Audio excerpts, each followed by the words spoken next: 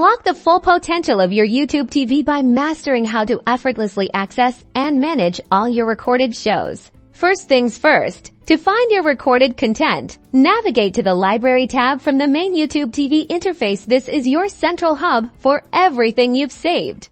Once in the library, you'll see a dedicated recording section here. All your recorded programs are neatly organized and ready for you to watch at your convenience. Simply click on any show to start playing it. You'll have options to play from the beginning or resume if you've already started watching.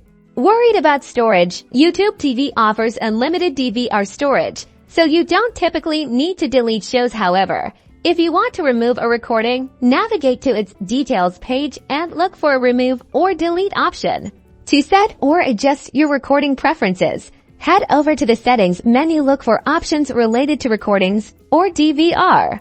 Within these settings, you can tailor how your shows are recorded. For example, choosing to record only new episodes or every airing of a particular program.